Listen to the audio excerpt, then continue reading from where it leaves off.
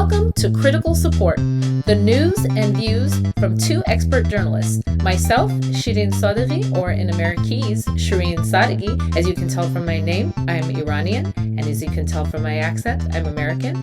And my co-host, Charles Davis. I'm Charles Davis. I'm an American journalist based in Vienna, Austria, founder of the publication The Redoubt, and a contributor to The Guardian. Hello, folks, and welcome to another edition of Critical Support, where Charles Davis and I, Shirin Sadeghi, support each other and support you as we try to make our way through the times of our lives. I guess that's what I'm going to call it, Charles. How are you doing? I'm doing okay. I thought today we could talk about the ultra-violent, nihilistic world where only the evil and self-interested succeed and the good suffer. By which I of course mean the 2007 film No Country for Old Men from the Coen Brothers, based on the work from Cormac McCarthy. I think we briefly talked about this movie once before. I think you said it was one of your favorites. Oh, yeah, I love this film so much. I recommend it to everyone. Yeah, let's talk about it. Give us the sort of synopsis for any listener. Curse you if you haven't actually seen this film. Any listener who doesn't know what this film is about. Sorry, that was a Scottish outburst. Yes, and spoiler alerts, because we're going to give everything away today. But yeah, it's a 2007 film from the Coen Brothers, as I mentioned. It's set in around 1980 Texas. It involves a Texas man named Llewellyn Moss, played by Josh Brolin, who stumbles upon a massacre out in the desert. It appears to have been a drug trade that went wrong. He grabs the money that he finds at the scene, and chaos ensues. Other characters in it are, of course, Sheriff Bell, Ed Tom Bell, played by Tommy Lee Jones. There is Javier Bardem, who plays Anton Chigurh, who's like these kind of, I don't know, like a sociopathic mercenary who's like, he doesn't seem to be working for anyone other than himself, but he ends up trying to track down the money that Llewellyn Moss has taken from the scene. Woody Harrelson's in it too. He plays a guy named Carson Wells, who's like he's like a hitman working for another drug trafficker trying to recover the money. And he also knows that Llewellyn has taken it. He's kind of like the more decent contrast to Anton, who will do anything it takes to get the money. And whereas Woody Harrelson has like a certain code that he lives by. And I don't know, what's interesting to me, and the reason I'm thinking about it beyond the fact that, yeah, it came up in one of my classes here in Vienna, is that when I watched it again with the benefit of 19 years, which I hate that this is now like a classic film. But as an elder millennial, yeah, it's old, and I watched it when it came out, but like I was viewing it differently this time around. And before I get into that, I was kind of wondering if, like, you know, since you love it, when you watched it, and when over the times that you've watched it, have you ever perceived it as like being a political movie, like that there's a message about the world contained within it? I mean, I thought that was implied that everyone will see that. Can I do want to talk about that, but can I mention you left out Kelly MacDonald? She plays Carla Jean Moss. Yes. And she's really important, and she's the only female lead. So let's get her in there. Yeah, I actually do think this is political. I don't think they're trying to hide that it's political. There's a lot going on here. The literal border between the United States and Mexico is an actual character in this film. Yeah, I don't think that anyone would not think that it's political. But what is the political message? What, in your view? Absolutely, there's border issues here. I loved the fact that they had white Americans misusing the border. At least two of the characters in my recollection, Llewellyn and Carson, that's the Josh Brolin and Woody Harrelson characters, were absolutely abusing the border for their purposes. So because the narrative in the U.S. usually is that it's the border is only being abused in one way, right, from Mexico or the South to the United States or the North, but they're going the other way, absolutely.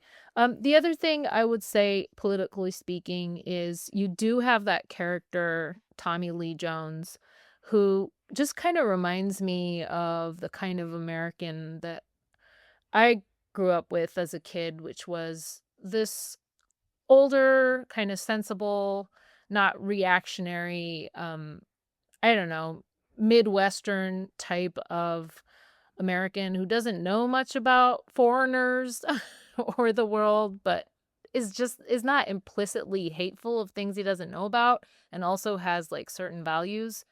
So there's that. And then yeah, absolutely, this is about racism and immigration and um conservative politics and money problems, and just it's a real America in a bottle film, in my view. Yeah, and I think the word conservative is important there because that's actually what I want to hit on. I think it is a conservative piece of art. And by that, I think, but it's not right wing. It's conservative, but not right wing. And I know that, the devil's in the details, and a lot of that is like semantics, and we don't know what left or right or conservative means anymore. But what Thank I you. mean by that is that, as you're saying, Sheriff Bell is like an old timey guy that doesn't really exist anymore. Like, I'm not ruling out that there are nice older conservative men who you might not want to get into like a detailed policy debate about immigration with, but might help you like change your tire.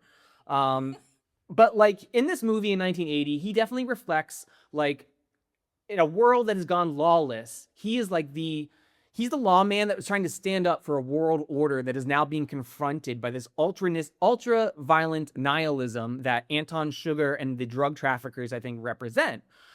This is a world 1980, like I think this is part of the politics of it, which is like mass immigration has happened, including the 1960s reforms in the United States that allowed a much more diverse influx of people to seek legal immigration to the United States. And I think the movie kind of like, I don't know. I think there's the scene with Sheriff Bell and one of his fellow lawmen in a diner where they discuss, like the way that a society starts to crumble is when you lose your good manners. Hmm. And his compatriot is talking about like kids with green hair and nose rings, and like that's when society's starting to crumble. And like certainly Sheriff Bell is starting to, that's his sense. He's reading the newspaper about like this California couple that seems to be kidnapping elderly people for their social security checks, and he asks another cop, like, were they just bored? Were they just like bored and they decided to like entertain themselves by torturing old people for money they probably didn't really even need? So he's in the movie, he exists in this like nihilistic world where everything, that he stands for is being challenged, and he at least perceives this as a new thing. But like he's standing up against it. He eventually like resigns himself and literally resigns his position, but he like tries to fight against this tendency. And I think that is what makes it conservative. In the book by Cormac McCarthy, that diner scene, by the way, Hmm. it's all Sheriff Bell. He's speaking about how kids have green hair Hmm. and nose rings or whatever. And so I think Coen Brothers, maybe to make him a little bit more sympathetic and a little less like right wing coded, gave that to like one of his friends and buddies to say. But again, not only in the book does that Sheriff Bell say that, but he also goes on to talk about grandkids these days speaking the foreign languages, which again, very right wing coded. And while it is, of course, true that a sheriff in 1980 Texas would probably be right wing, and the existence of such a character does not mean the creators of the movie or the book were necessarily saying, like, he's the guy that you should believe and, like, you should accept this entire worldview. But I do think it's fair to say it's conservative art. And I've spoken a lot, and I'll get into like why I think that doesn't mean it's right wing. But I'm wondering what you like think about that, because I hadn't thought about the abuse of the border by like the white characters in the way you did. I saw the film as like, okay, it's kind of condemning, I don't know, not open borders because that's never truly existed, but it's like all the Latino characters are evil. They're drug traffickers, or they're Anton, who's like just like a sociopathic killer. And so if you wanted to view this as a conservative film, I think it would be fair to do so. Yeah, no, I mean, we talk about this a lot on the show, and I know it's a challenge and it's problematic, but I just don't know what these labels mean. Maybe they meant something in 1980, okay? I wouldn't know. But right now, I don't know what those mean. I feel like we should just stop using these labels. Let's let's call Anton, or forget Anton. Let's call Sheriff Bell an old-fashioned American who probably voted for Nixon. Like, I don't know. So I just want to mention that I still struggle with these labels. I think that's actually an important point, and this is why I'm going to somewhat seemingly contradict myself by saying that Sheriff Bell Yeah. is also the liberal in the film. Yeah.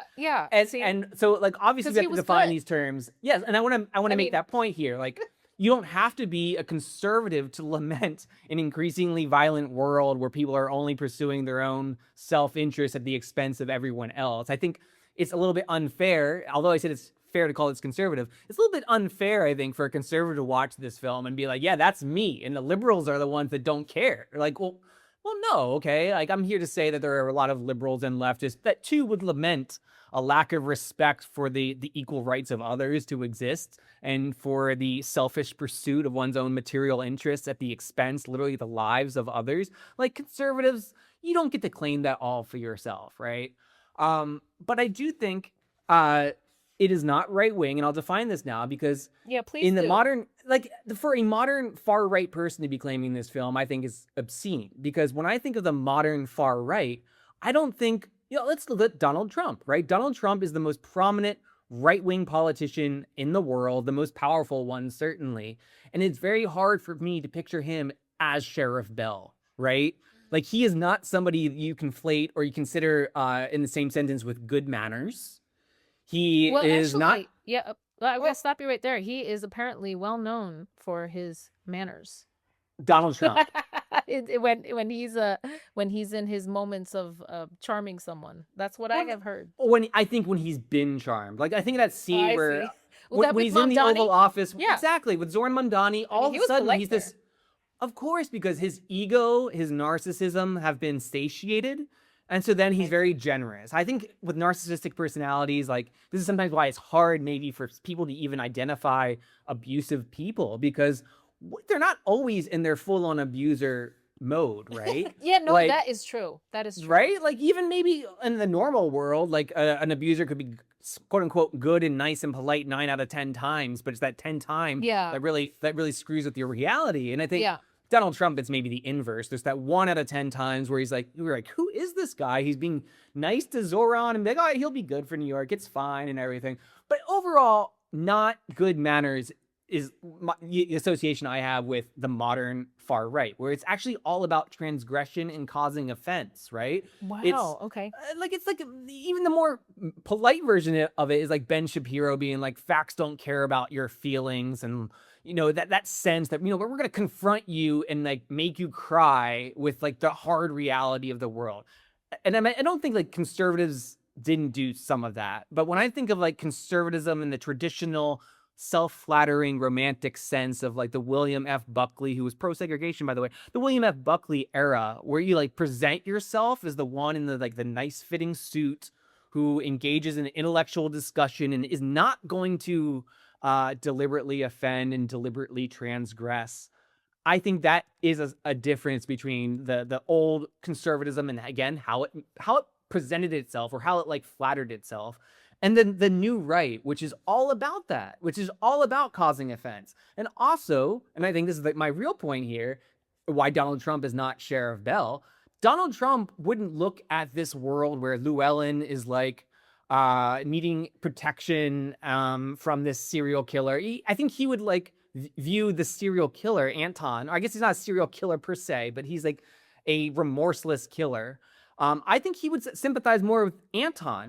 Let me pick you up from William F. Buckley real quick here, Charles, because you mentioned him, and he's famous. I think who was it he was debating? Was it Gore Vidal? I don't know. There was someone he Yes, debated all William the F. Buckley, famous, had a series of televised debates with Gore Vidal. time. Okay, there it is. Yeah. Yes. So okay, I want to get onto this because you mentioned Ben Shapiro, whose name I've heard, but I don't know if this is right or wrong. But I have in no way pursued the effort to listen to him or see who he is. Just heard his Yes. name, so I can't speak to him at all other than that. But I think that this this comparison of the old and new conservative or whatever. I mean, if you look at Buckley, he was pretty ill-mannered back then even. No, I think that is a fair point, and why I think like there is clearly a path from traditional conservatism to the modern right. Because in those debates with Gore Vidal, William F. Buckley, who's again, that's why I'm talking about the romanticization and the self-flattery of Yeah. like how conservatives talked about themselves or viewed themselves. He loses it. He's not Yeah. the calm intellectual. He starts using homophobic slurs at Gore Vidal. It made great / bad reality TV. But it was not the high-minded, respectful, Yeah. polite conversation that conservatism would like you to believe it represented. So that's why, like, I do think you can obviously trace a path from what I'm calling traditional conservatism to the far right. But I think how they viewed themselves matters, because, like, you know, just like every political tendency we can criticize, but like there's the you can like you'd want to hope that whatever you agree with somebody or not, that they have an ideal vision of the world that they're at least maintaining a facade of seeking. Mhm. And so like I think the modern right has given up the pretense of like caring about anyone else and caring about decorum and all of that. And of course, it's the caring about anyone else that matters the most here, besides just the politeness. Like, but I mean that though is like, so Anton Chigurh in the scene with Carson Wells in the hotel, where he is now chased down Carson Wells, who is, as you mentioned earlier, kind of crossed over to the border to visit Llewellyn and really strongly encourage him to give back the money he took. But he doesn't murder him and he doesn't torture him in his hospital bed. Carson Wells is I guess, a standard where it's like, I'm a killer and I work for drug traffickers, but I'm not going to like violate every bit of like morality here. Anton, who's about to kill him, points out, quote, if the rule you followed brought you to this, of Yeah. what use was the rule? And I think that's, it's a badass quote, but it's one that if you reflect upon for 30 seconds, you can kind of see the problem, because like, I don't think the judge of a rule is whether it worked out for you personally. There are obviously, things I can imagine where I might not personally benefit from being a good, honorable person with integrity, but it was still the right thing to do. I would juxtapose this quote with the one maybe falsely attributed to Emiliano Zapata, the Mexican revolutionary, who ostensibly said that it is better to die on one's feet than to live on one's knees. Yeah. Implicit in that, like, it's, like, at least you stood up for what was right. But Anton here just says, like, like really the judge of a code is whether it worked out for you. And like, you're going to die here, Carson Wells. And by the way, you're not much better than me because you are a killer too. And so like your little silly lines that you wouldn't cross, like, what really did you serve? You were either in this world, and I think this is why Anton, I'm going to argue, is more analogous to the far right than Sheriff Bell. In Anton's world, it's just like, look, everyone's either a hypocrite, like Carson Wells, who's not any different, or you're a fool, like Llewellyn, who goes back and tries to give water to one of the drug traffickers at that massacre scene that the film opens with. He tries to go back that night and give him water because his guilt, like I want to call liberal guilt, wrecks with him while he's in bed.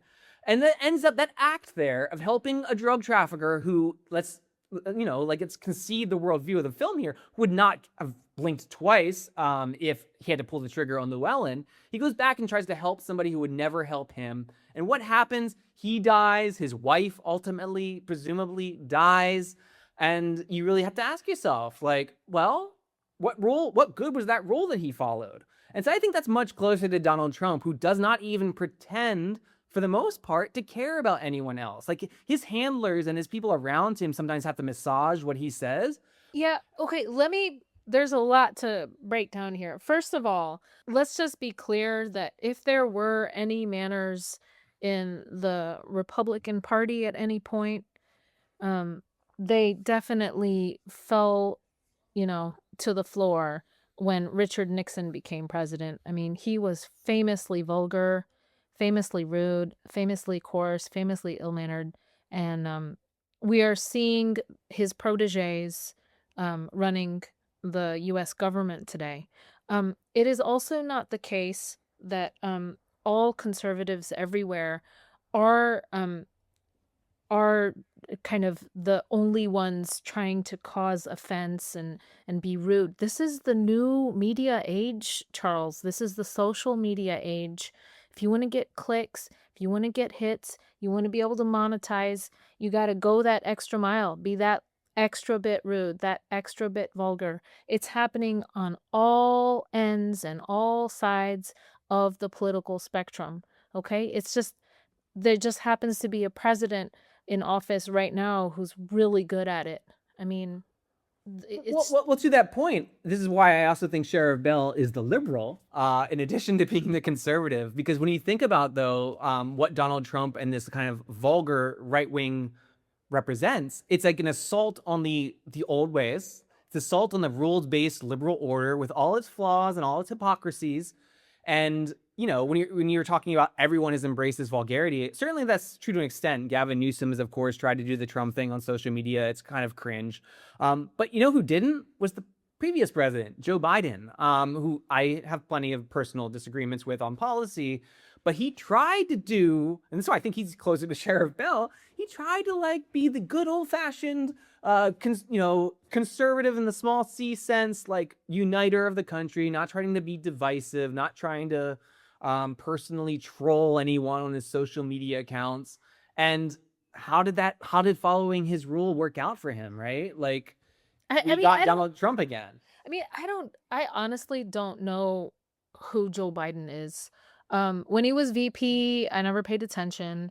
And when he was president, he didn't pay attention. The guy was he was not very well. As far as Biden goes, I don't think he would be the good contrasting example to Trump. I think if you want to contrast Trump, absolutely the president that you could use is Barack Obama. He was not someone who was out there trying to cause offense. In fact, he went out of his way to not cause offense. It reminds me of that episode of South Park. I don't know if you've seen it, where the character invents the word tegrity.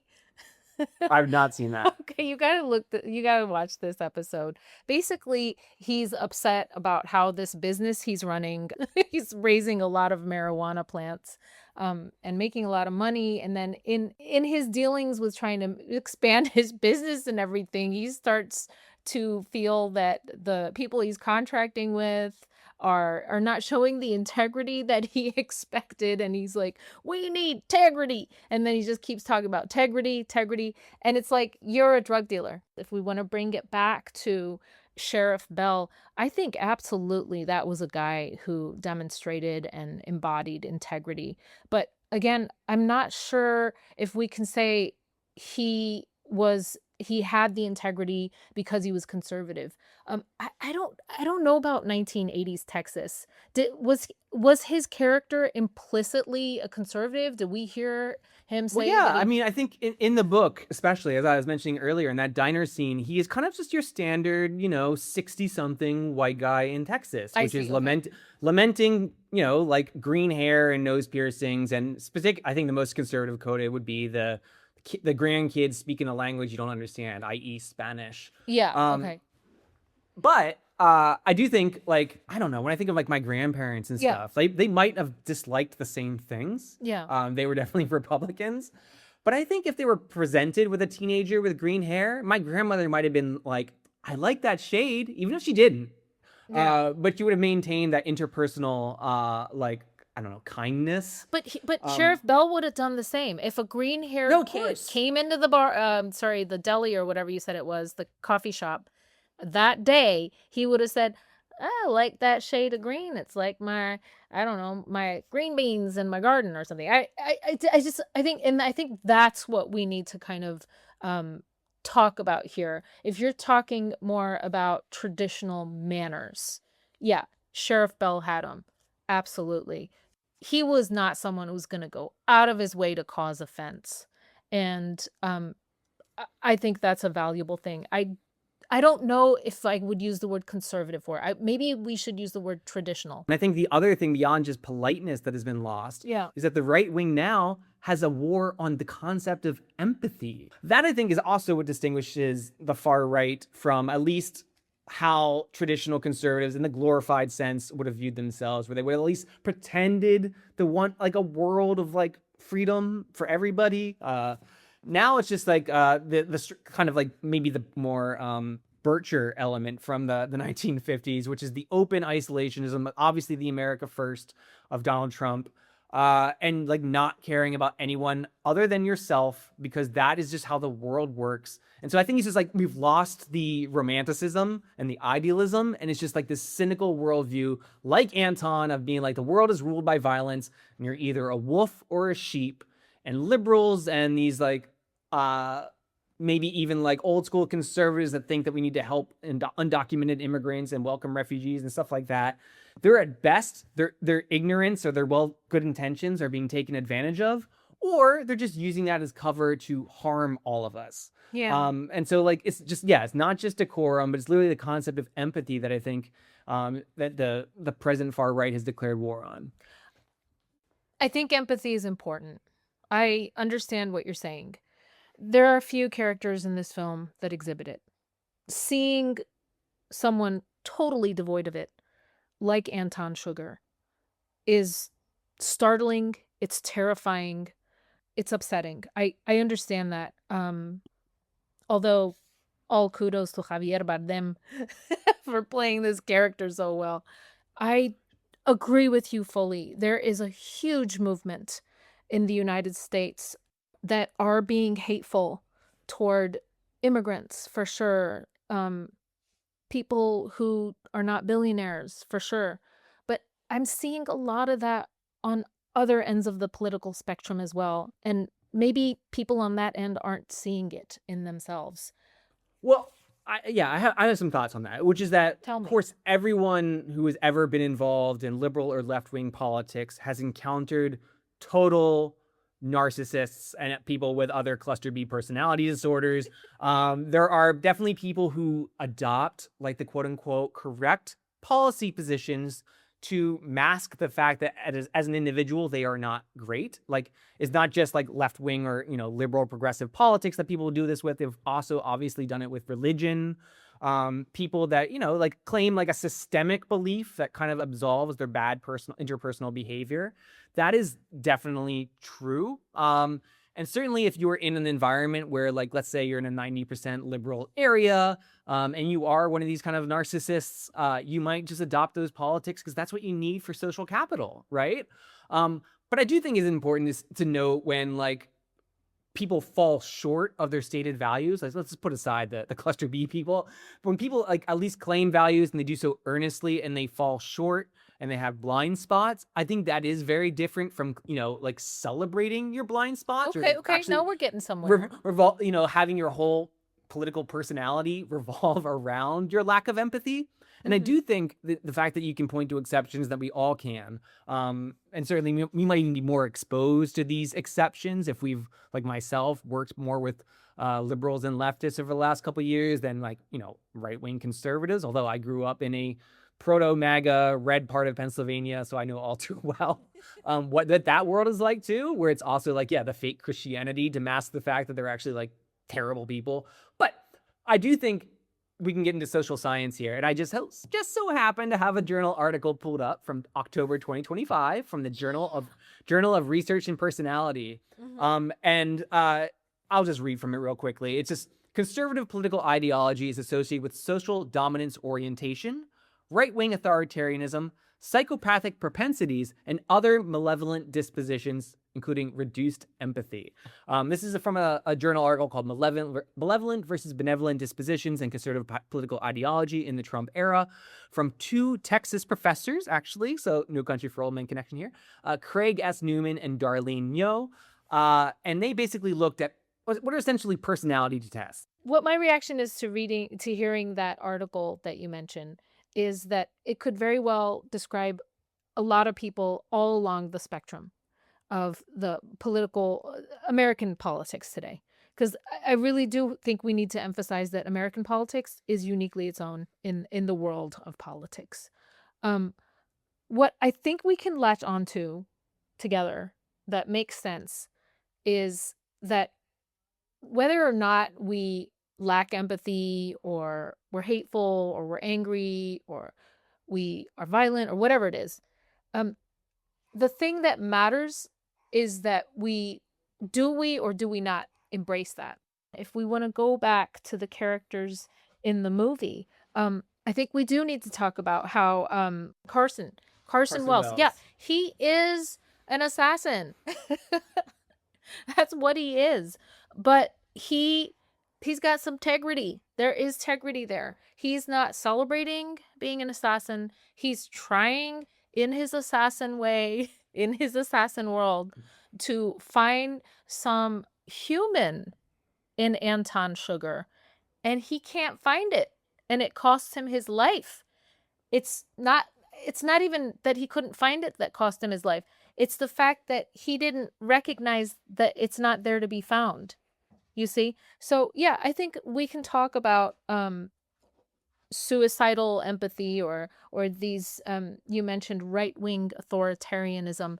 But these are kind of I don't know, phrases and labels that I don't think make sense, because I do believe there is left-wing authoritarianism too. It's a real thing. It has had a bad Well, impact certainly, on yeah. And again, at the risk of no true Scotsman, people identified left-wing authoritarianism years ago. Yeah. There was critics of the Soviet Union in 1930s Stalinism that referred to what was happening in the Soviet Union as red fascism. Yeah, so it Um, can get ugly on all ends. I think what we can, again, to I'm reiterating myself, what we can connect on here is that we cannot be living in a society, we cannot be living in a world, and we cannot hope for a future on this planet where we celebrate the things that divide us, the things that hurt us, the things that are destroying the civilizations and the good things that humans have made